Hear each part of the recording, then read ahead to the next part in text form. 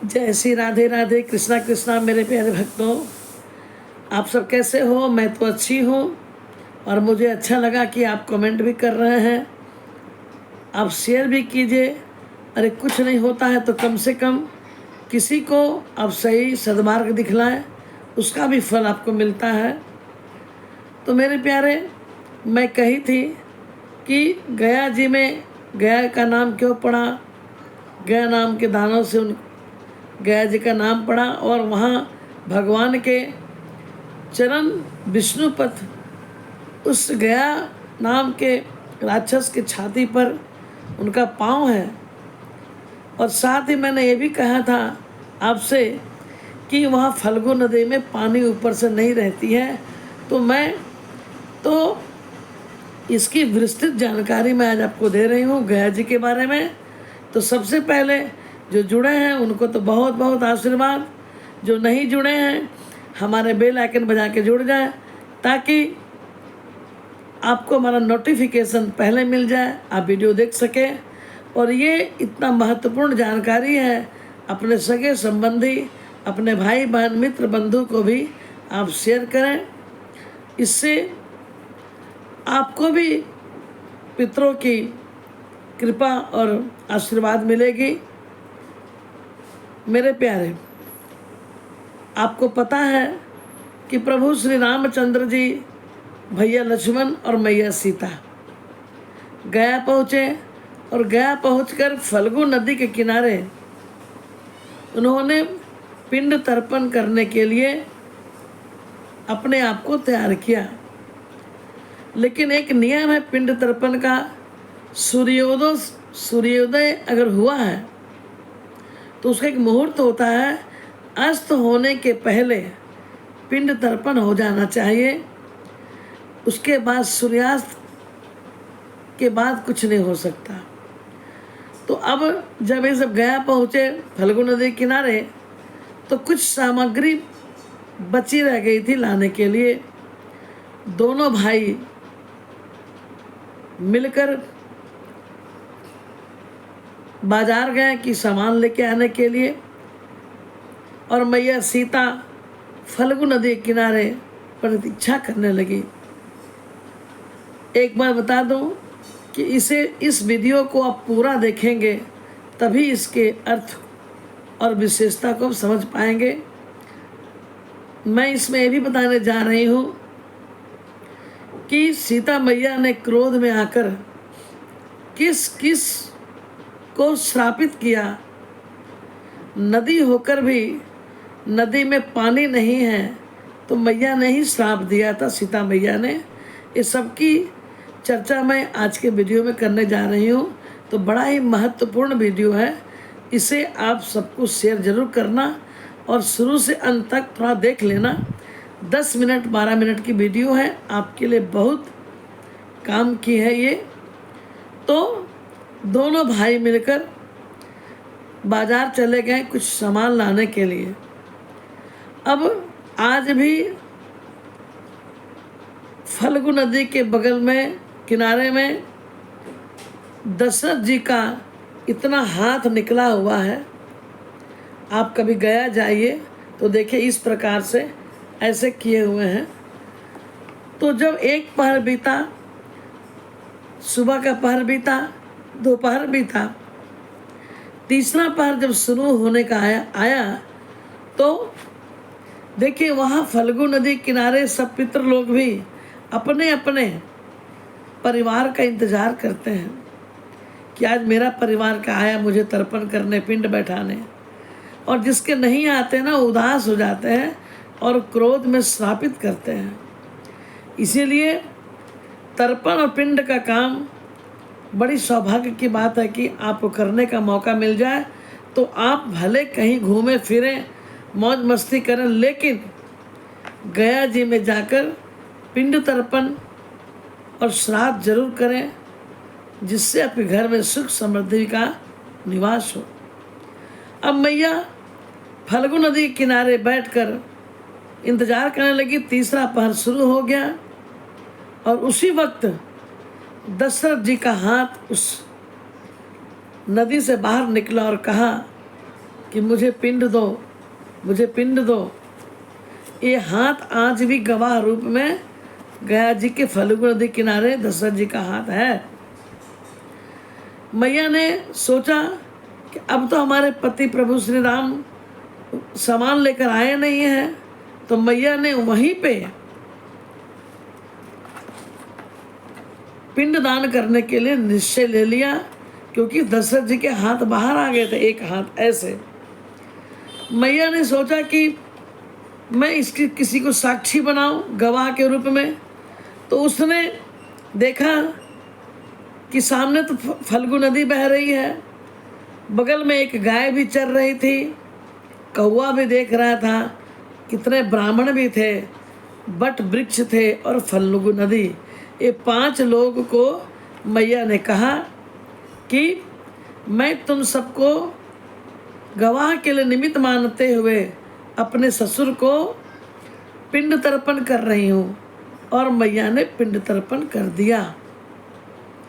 संध्या बेला हो गया। प्रभु राम जी जब आए तो मैया ने कहा कि मैंने तो पिंड तर्पण कर दिया। प्रभु राम ने कहा कि ये कैसे हो सकता है, मैं तो सामग्री लेकर आ रहा था। मैया ने कहा कि मेरे पास जो सामान थे मैं उसी से कर दिए। मैं एक बात बता दूं कि पिंड तर्पण जहाँ जहाँ होते हैं ना, तो कोई चावल के गोल गोल लड्डू से बनते हैं पिंड, कोई जिसकी जैसी सामर्थ्य है वैसे बनाते हैं लोग। और एक जगह जहाँ पे मैया ने दशरथ जी को पिंड दिया था वो सिर्फ बालू के थे। वहाँ पिंड जो दान किया जाता है, ये लेफ्ट हाथ से ऐसे आप करेंगे, बालू का गोल बन जाएगा, और मैया ने वही दान किया। तो आज भी वही परंपरा चली आ रही है, क्योंकि दशरथ जी के हाथ बाहर निकल गए थे।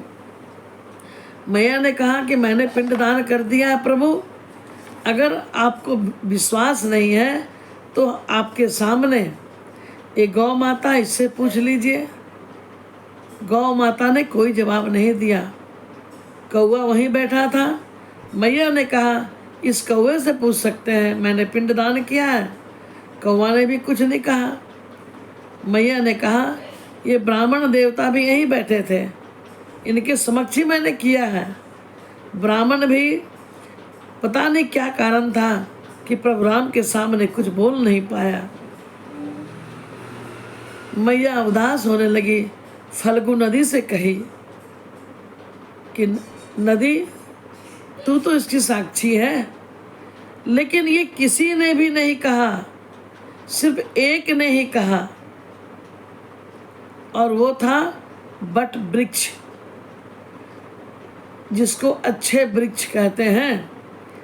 अब ये जो फल्गु नदी, तो मैया ने क्रोध में श्रापित किया कि हे फल्गु नदी, तुम नदी तो रहोगी लेकिन तुम में कभी धारा नहीं बहेगी, तुम बालू के नीचे बहोगी।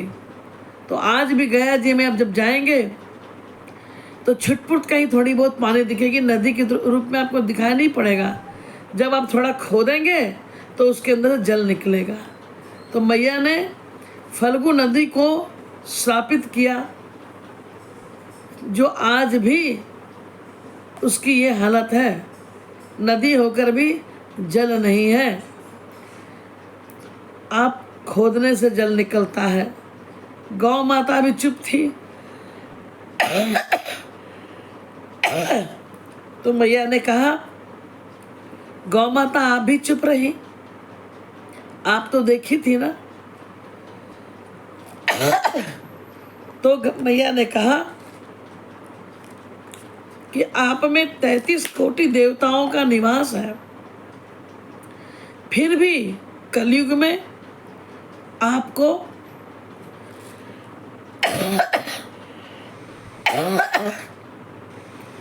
जूठा मिलेगा जरूर, और जूठा खाना पड़ेगा। आप देख ही रहे हैं गौ माता की क्या दशा है। और ब्राह्मण जो नीचे आंखें करके बैठा था, मैया ने कहा, हे ब्राह्मण देवता, आप भी देखे रहे थे कि मैंने पिंडदान किया, लेकिन आपने कहा नहीं। तो मैं श्राप देती हूँ कि आप धन तो कमाओगे, लेकिन दरिद्रता बनी रहेगी, हमेशा आप असंतुष्ट रहोगे। और कौआ को कहा कि हे कौआ,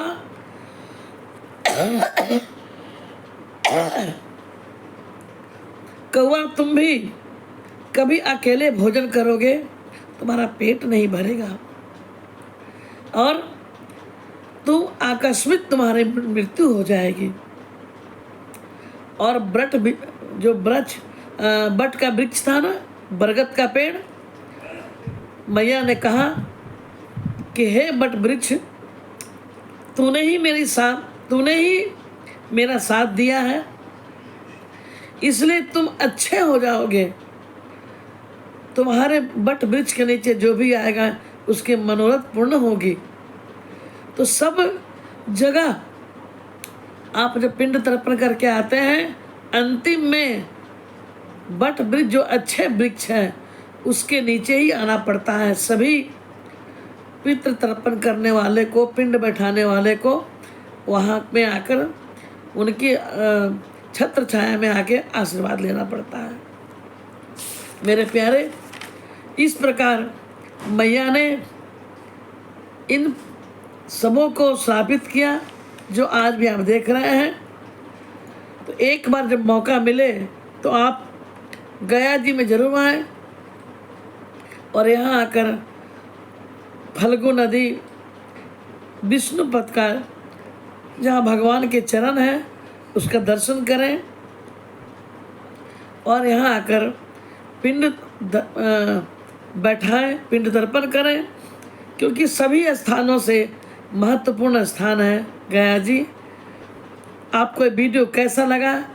अच्छा लगा तो जय पितृ महाराज करके आप कमेंट करेंगे, लाइक करेंगे, अपनों को शेयर करेंगे।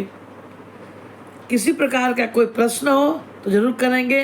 जय पितृ भगवान, जय श्री राधे राधे।